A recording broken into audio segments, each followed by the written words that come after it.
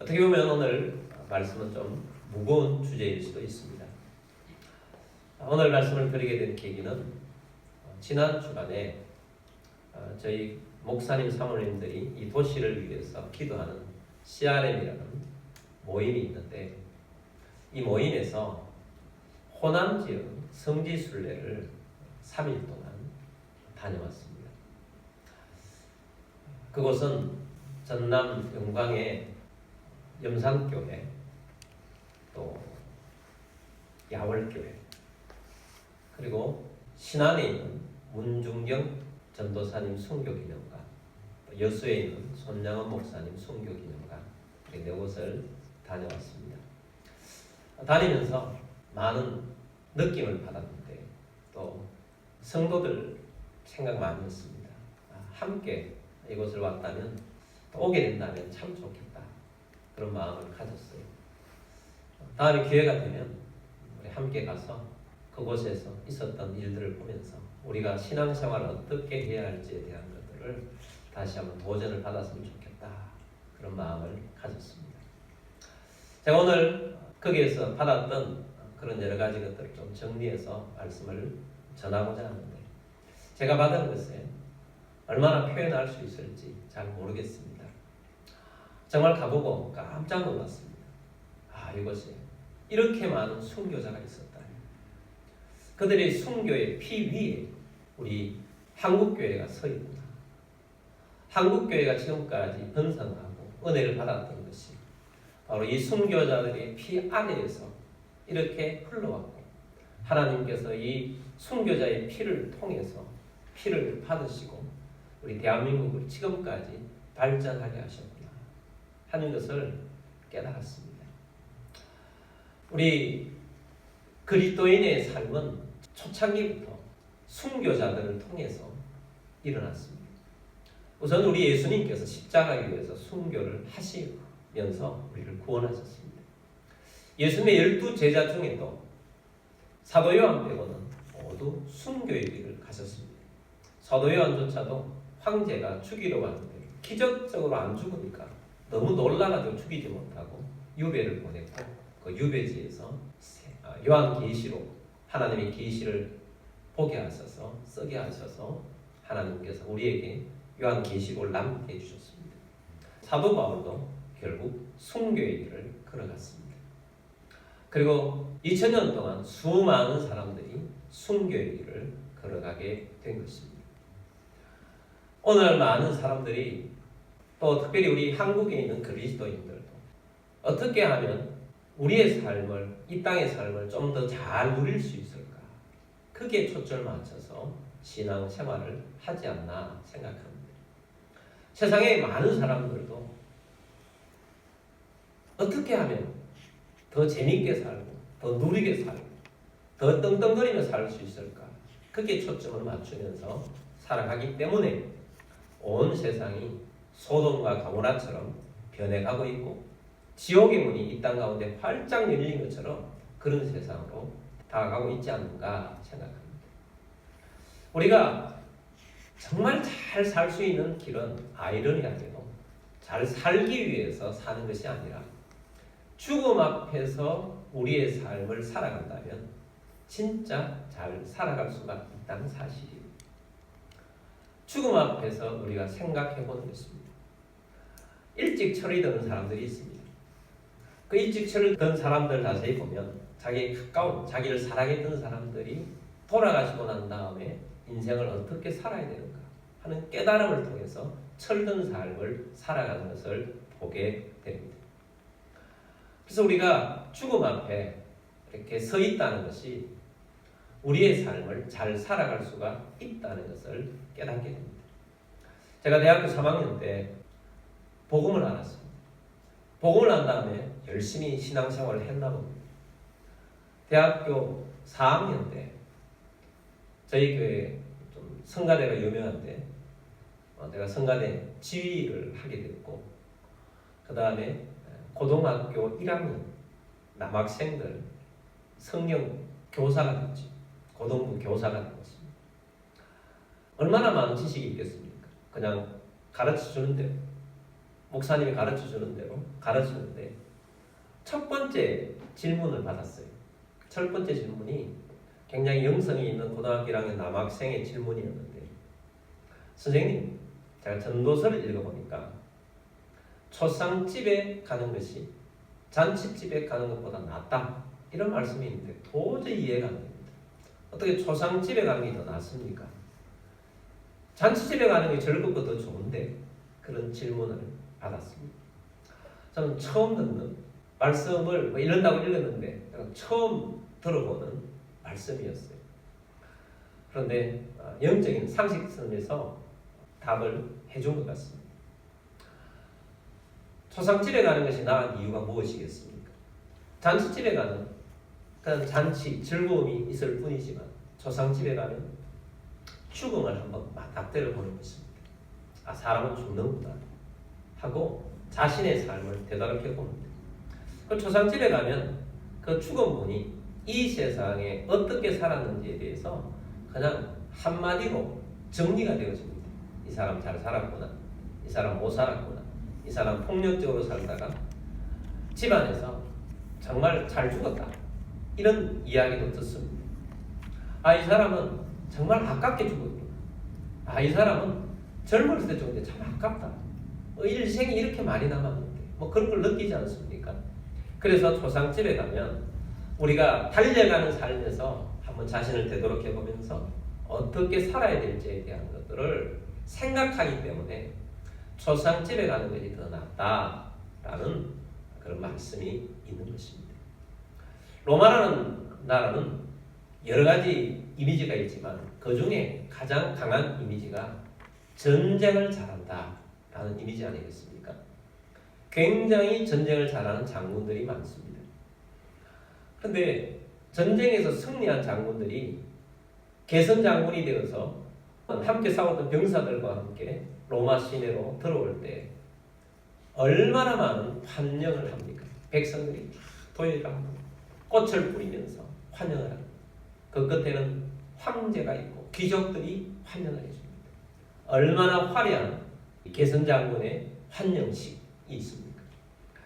그 개선 장군이 그렇게 들어올 때, 환영을 받으면서 들어올 때 얼마나 마음이 올라가겠습니까? 도파민이 막 뿜뿜뿜 부어져 나올 거예요. 환영을 보면서. 그런데 그 환영을 하는 예식이 있는데, 개선 장군이 들어올 때는 말 4필이 끄는 마차를 타고 제일 앞에 장군이 타고 들어옵니다. 근데 옆에는 비천한 노예가 한 사람 같이 타고 들어와요. 비천한 노예가 하는 역할이 있습니다. 그 노예가 환영식 안에서 장군에게 계속해서 이야기해주는 말이 있어요. 메멘토 모리, 메멘토 모리, 메멘테 모리, 그렇게 이야기를 옆에서 해주면서 들어옵니다. 장군만 들을 수 있는 이야기예요. 메멘토 모리가 무슨 뜻이냐? 죽음을 기억하라는 것입니다. 당신 자신의 죽음을 기억하십시오. 당신도 반드시 죽는다는 것을 기억하십시오. 그것을 외치면서 함께 들어오는 거예요. 백성들이 환영합니다. 장군님은 위대하십니다. 메멘토 모리, 당신도 죽습니다. 죽음을 기억하십시오. 장군님은 승리하셨습니다. 당신도 죽습니다. 옆에서 죽음을 기억하라는 것입니다. 3가지 죽음이 있습니다. 첫 번째 죽음은 함께 싸웠던 자기의 부하 병사들의 죽음 위에 당신의 승전이 있습니다. 부하들의 죽음을 기억하십시오. 뿐만 아니라 적익병의 죽음이 있습니다. 적들도 어쩔 수 없이 싸웠지만 그들의 죽음으로 인해서 당신이 승리하셨습니다. 적들의 죽음도 기억하십시오. 그리고 정말 중요한 것은 당신도 결국은 죽습니다. 당신도 신이 아닙니다. 당신도 전쟁의 신이 아닙니다. 당신도 결국은 죽을 것입니다. 이렇게 선언하면서 이 장군이 도파민이 올라가서 아주 화려한 그런 속에서도 다운을 시켜주는 말이 메멘토 모리입니다. 여러분, 오늘 우리들도 메멘토 모리, 당신도 죽습니다. 우리가 이 땅을 살아야 당신도 죽습니다. 이것을 늘 기억하고 살아야 할 것입니다. 100세 시대라고 해서 거기에 많은 사람들이 흥분을 하고 좋아합니다. 여러분, 100세 시대라 할지라도 인생은 언제 어떻게 갈지 모릅니다. 사형수가 있는데, 오늘날 우리가 사형수도 사형을 시키지 않지만 사형수보다 우리가 더 오래 산다고 누가 장담할 수가 있겠습니까? 올 때는 순서가 있고 갈 때는 순서가 없습니다. 그런 면에 있어서 성경에서는 우리의 인생을 풀의 꽃과 같은 인생이다 라고 했어요. 이번 주간에 김수미라는 배우가 죽었지 않습니까? 얼마 전까지 본 것 같은데, 생생하게 본 것 같은데 75세인데 돌아가셨다고 하니까 저분이 오래 살 줄 알았는데, 생생할 줄 알았는데 돌아가셨다. 그런 마음이 들지 않습니까? 그러므로 우리가 이 땅 가운데 살아가면서 우리의 삶을 죽음 앞에서 살아간다면 참으로 잘 살 수 있을 것이다 하는 것입니다. 그래서 오늘 우리가 이 말씀을 들으면서 보통 우리가 이번엔 제가 이 순교지를 가보면서 보통 전 장례식 굉장히 많이 치러보기도 하고 그렇게 했었는데, 보통 장례식 정도 아니라 순교지에서의 그들의 죽음 앞에 많은 것을 깨달았어요. 그래서 그것을 깨달은 것을 여러분과 함께 몇 가지로 주제를 가지고 말씀을 나누고자 합니다. 첫 번째는 공산주의에 물드는 잔해다다 하는 것을 깨달았습니다. 그곳에 네 곳 따위 공산주의에 의해서, 공산당들에 의해서, 잔당들에 의해서 순교를 당한 곳이었어요. 그것도 북한군에 의해서 순교를 당한 게 아니고 동네에 있는 남로당 당원들이겠죠. 동네에 있는 같이 그전까지 같이 생활했었던 그런 공산주의자들에 의해서 순교를 당했는데 정말 잔인하게 죽였더라. 공산주의의 외침 중에 하나가, 가르침 중에 하나가 종교는 아편이다 라는 가르침을 합니다. 마약이 얼마나 문제입니까? 근데 종교는 아편이라고 합니다. 그게 종교는 다른 종교가 아니에요. 기독교를 말합니다. 서구 사회가 기독교 사회이지 않습니까? 기독교 사회에서 악의 무리로 나타난 것이 공산주의인데, 이 공산주의 사상에 정말 중요하게 가르치는 것 중에 하나가 종교는 아편이다. 그러므로 종교는 없애야 된다 하는 것을 가르칩니다. 그래서 이 종교가, 특별히 기독교가 이 땅에 없어져야 할 것이기 때문에 없애야 된다는 것입니다. 그래서 여러분 꼭 기억해야 할 것은 공산주의와 기독교는 함께 갈 수가 없다는 사실이에요. 함께 갈 수가 없습니다. 공산주의자들은 기독교인들을 어떻게 하는지 말살시키려고 합니다. 그래서 문제가 있는 것입니다. 공산주의와 함께 갈 수 없다 하는 것을 우리는 꼭 기억해야 합니다. 근데 공산주의에 물들면 잔인하다는 것입니다. 염산교회라는 곳을 우리 첫 번째로 갔는데, 그 교회는 77명의 순교자가 났습니다. 한 3개월 동안 순교를 시켰다고 해요. 근데 얼마나 잔인한지요. 그 가운데 한 20몇 명이 어린아이들이에요. 어린아이들까지 다 죽인 거예요. 어떻게 죽였느냐? 우리 머리만한 돌을 목에다가 묶어가지고, 지금은 그냥 들어갈 수 있는데 그때는 섬이었다고 합니다. 바닷물이 밀물이 되어 들어올 때 그쪽에 가가지고 그 바다 앞에서 축창으로 찌르든지 칼로 찌르든지 칼로 목을 베든지 그렇게 해서 그 물에다가 빠뜨리는 거예요. 그렇게 잔인하게 죽였다고 합니다. 얼마나 잔인합니까? 바로 그 근처에 야월교회라는 곳이 있는데, 그곳은 65명의 순교자가 났는데 7가정, 예수 믿는 가정 7가정 몽땅 전 교인 65명이 다 순교를 당했어요. 그 교회는 어떻게 죽였느냐? 그래서 65명을 몽땅 다 창고에 가둬놓고 그렇게 있었는데 그 안내하시는 장로님은 그때 예수를 안 믿었다고 해요. 어릴 때 청소년이었는데 안 믿을 때인데 그 창고에서 며칠 동안 비명소리 계속 비명소리가 들리는데 정말 무시무시했다고 합니다. 그리고 한 명씩 꺼내가지고 자기 무덤을 자기가 파괴해서 거기다가 죽창을 찌르던 데에서 그냥 묻어버리는 그런 일을 벌였다고 합니다. 그런데 65명 중에 64명을 그렇게 죽이고 한 명은 살려보냈대요.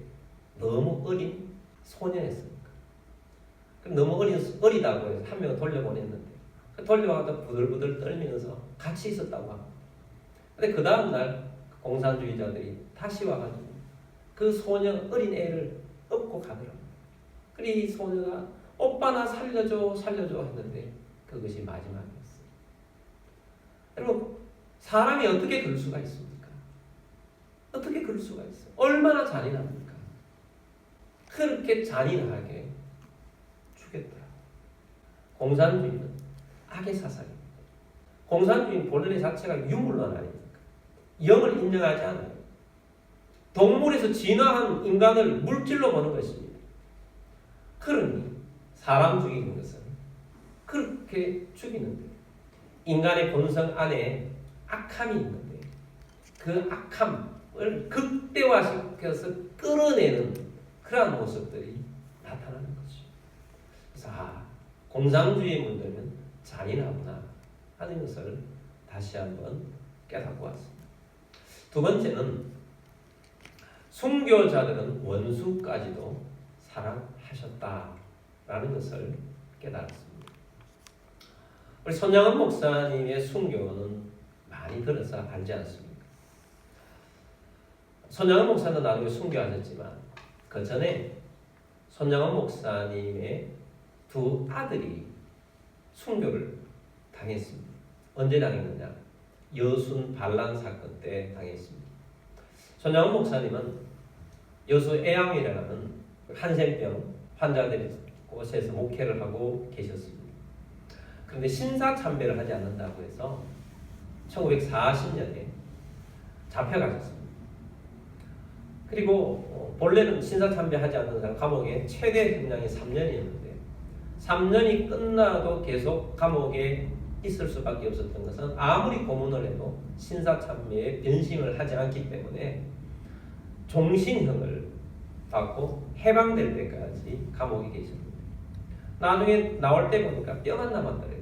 하도 먹이지 않고 손톱 발톱 다 뽑히고 눈이 영양실조로 거의 안 보일 정도로 해서 해방될 때 나왔다고 합니다. 그리고는 다시 애양원 교회에서 목회를 하고 계시는데 자녀는 그 가까운 순천에서 학교를 다니고 있었는데 여순 반란 사건이 나고 두 아들이 순교를 당하게 된 것입니다. 근데 손양원 목사님이 아들 장례를 치렀는데 이 두 아들을 죽인 범인이 잡혔어요. 안재선이라는 사람입니다. 근데 이 안재선이라는 사람을 법원에 가기 전에 석방운동을 합니다. 손양원 목사님. 그래서 탄원서를 내요. 그리고 양자로 삼겠다고 하면서 데려와서 양자로 입적을 시킵니다. 어떻게 그럴 수가 있느냐? 목사님만 결정한다고 되는 게 아니잖아요. 가족들과 주위에 있는 많은 사람들이 반대합니다. 어떻게 아들을 죽인 그 원수 같은 사람을 석방을 시키고 아들로 양자로 삼을 수가 있느냐라고 합니다. 막 불만을 토로하니까 손양원 목사님이 이렇게 설득을 했다고 합니다. 내가 신사참배를 하지 않아서 감옥에 들어간 이유가 하나님의 말씀에 우상을 숭배하지 말라고 했기 때문에 나는 말씀을 지키기 위해서 신사참배를 하지 않고 그 많은 고문을 겪음에도 불구하고 나는 그 일을 했다. 그런데 우상을 숭배하지 말라고 하신 우리 하나님께서 동일한 성경에서 원수를 사랑하라고 말씀하셨다. 그렇기 때문에 나는 이 원수를 사랑해야 한다. 하나님 말씀을 지켜야 한다. 내가 이 원수를 사랑하지 않는다면 나는 위선자다. 그렇게 하면서 설득을 하고 그 원수를 자기 아들을 삼아서 그 그렇게 석방운동을 하고 했던 것입니다. 그래서 이 손장원 목사님을 사랑의 원자탄이라는 별명을 붙인 거죠. 그럼 나중에는 결국 손장원 목사님도 공산당에 의해서 순교를 당하셨습니다. 원수까지도 사랑한다는 겁니다. 근데 그곳에 가서 다른 교회들도 있잖아요. gem산교회라든지 또 그 다른 교회들에 돌아가시면서 다 기도를 하면서 축창을 찌르는 그들을 향하여서 주님, 저들을 용서하여 주옵소서. 저들이 저들의 죄를 알지 못합니다. 예수님께서 로마 군병을 향해서 기도하셨던 그 내용, 스데반이 돌을 던지는 사람들에게 기도했던 그 내용을 하면서 순교의 길을 가셨다는 거예요. 염산교회는 김방호 목사님이라는 분이 그 당시에 목회를 하고 계셨다고 합니다. 분위기가 안 좋으니까 성도들이 배를 준비해서 목사님 가족을 피신하고 그렇게 해서 보냈는데 목사님이 되돌아오셨다는 거예요. 내가 성도들을 두고 그냥 갈 수가 없다. 되돌아오셨다가 잡혀서 일가족, 거기에 있는 일가족 모두가 다 순교를 당하셨어요. 근데 그 가족 중에 아들 한 명이 다른 곳에 목회를 하고 있었어요. 전도사는 김익 전도사님이라고 합니다. 부모님이 순교를 당하고 났다.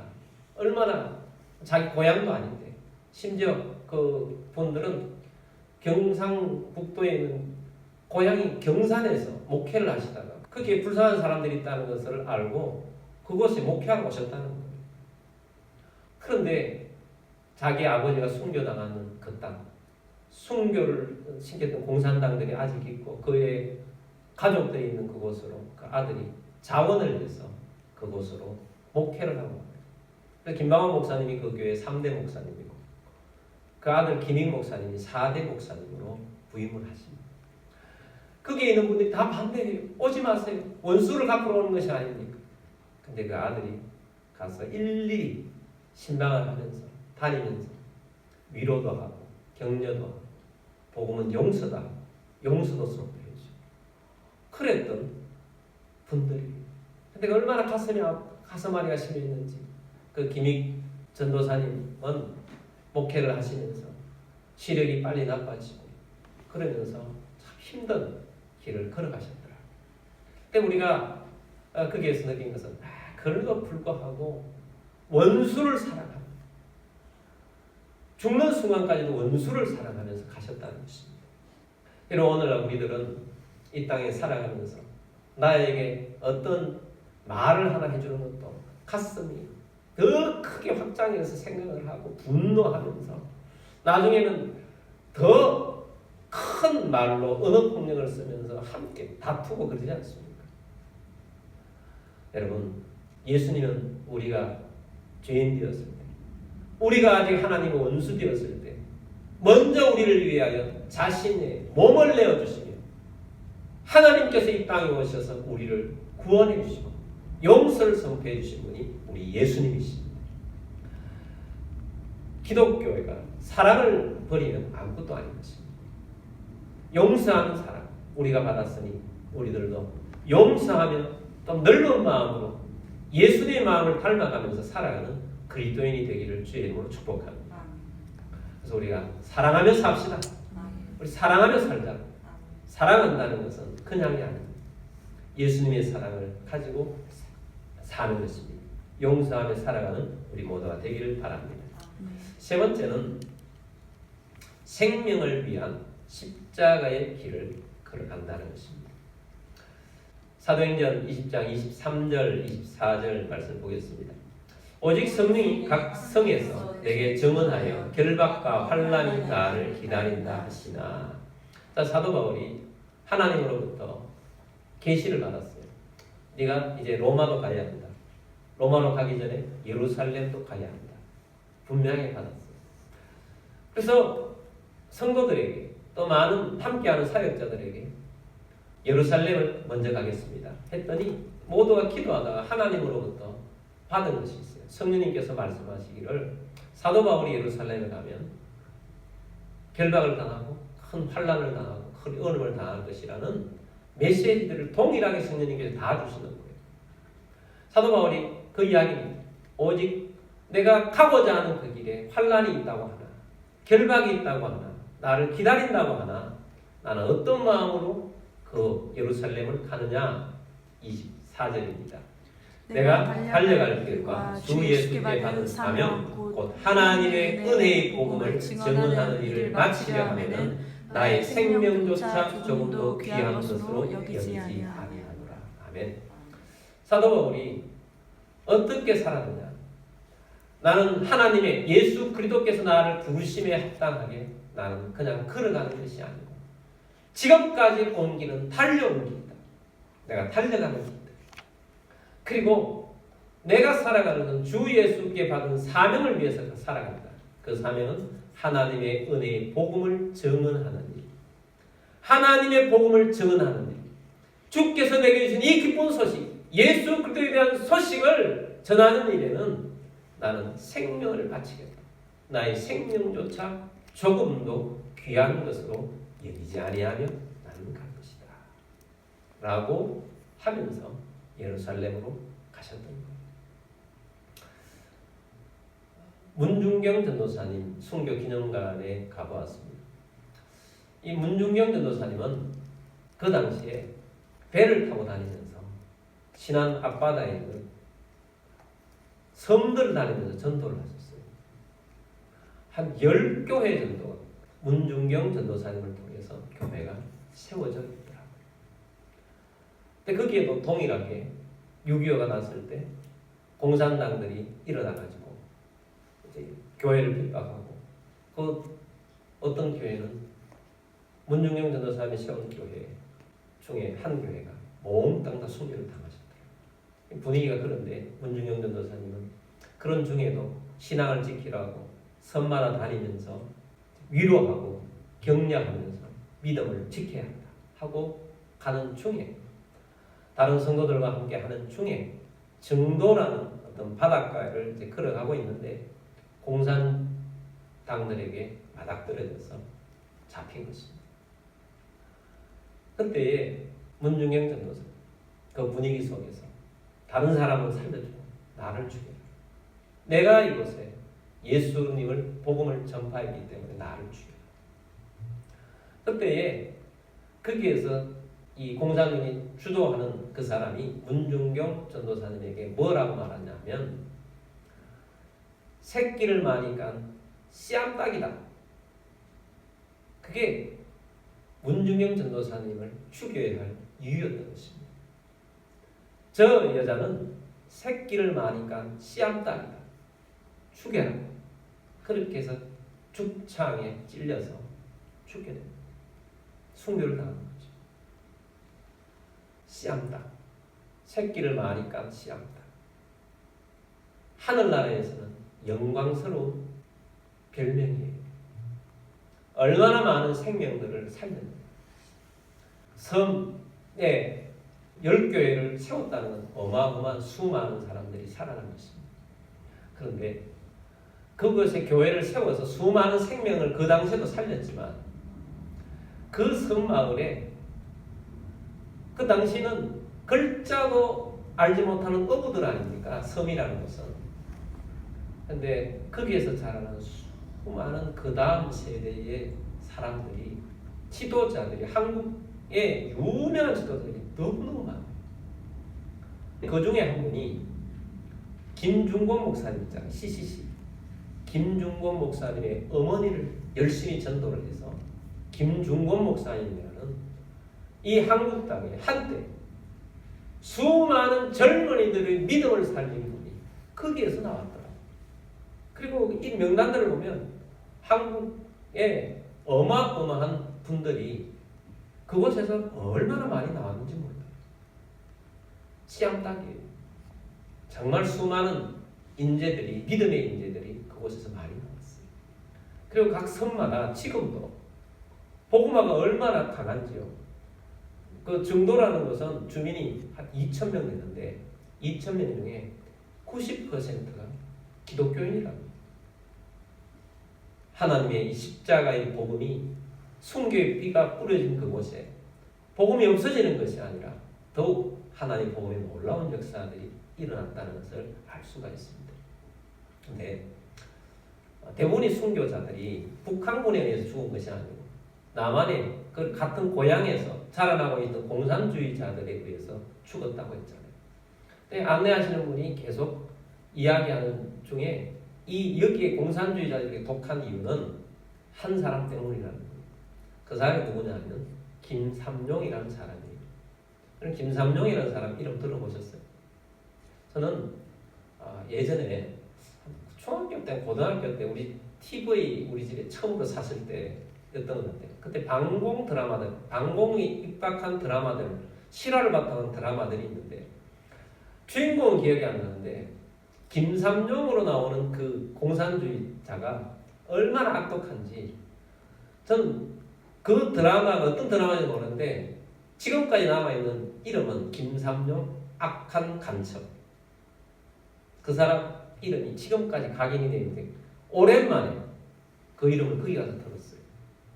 김삼룡이가 이곳에 공산주의자들을 이렇게 많이 만들어가지고 그 사람들이 악독하게 그렇게 수많은 사람들을 죽였다는 거예요. 그래서 제가 느낀 건 김삼룡이도 씨암탉이다. 공산주의자 새끼들을 많이 만들어 놓은 씨암탉이다 하는 것을 알게 된 것이죠. 근데 그게만 끝나는 것이 아니잖아요.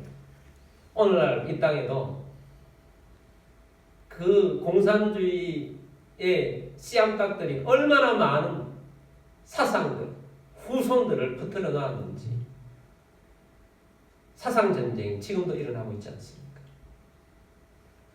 여러분 이 땅은 그냥 살아가는 것이 아니고 이렇게 공산주의 사상에 물들게 하는 씨암탉들을 통해서 수많은 잘못된 그런 사상에 접하게 해서 이 땅을 망가뜨리려고 하는 그런 세력이 있는가 하면 우리 그리스도인들은 지금까지 순교의 피위에 또 수많은 그곳뿐만 아니라 수많은 곳에서 복음을 가슴에 품은 씨암탉들이 복음으로 이 땅을 살리기 위해서 지금까지 나아왔었던 그런 놀라운 복음의 역사들이 우리 한국교회가 있습니다. 지금 굉장히 기로에 서 있습니다. 한국교회가 위기라고 합니다. 여러분 우리들은 십자가의 길을 다시 한번 생각해야 할 때입니다. 다시 한번 일어나야 할 때입니다. 복음의 중심에 복음이 진짜가 무엇인지를 다시 한번 가슴에 새겨야 할 때입니다. 그래서 우리는 이 복음을 이 땅 가운데 다시 한번 일어나게 해서 생명을 살리고 지금 얼마나 온 세상이 어두운 세상입니다. 여러분 공부를 해보면 차별금지법을 세워서 전 세계의 가정들을 망가뜨리는 그 배후에는 사상의 배경 그 뿌리에는 공산주의가 있어요. 공산주의 사상이 자본주의에 있는 이 기독교를 무너뜨리려고 하는 그런 게 있어요. 그래서 우리가 영적 싸움을 지금 하고 있는 것입니다. 그래서 오늘 우리들이 다음 미래 세대를 위해서도 이 복음의 가슴에 품은 우리의 복음을 가지고 믿음으로 길을 걸어가며 하나님의 뜻을 위해서 열심히 달려가는 주 예수께 받은 사명, 은혜의 복음을 전하려 하는 이 일에 우리는 오늘날은 우리나라에서는 복음을 전한다고 순교하는 일은 아니잖아요. 순교 시대는 아니라고. 그러나 그런 정신을 이어받아서 복음을 열심히 전가하고 믿음으로 일어서는 주의 백성들이 다 되시기를 주의 이름으로 축복합니다. 아멘.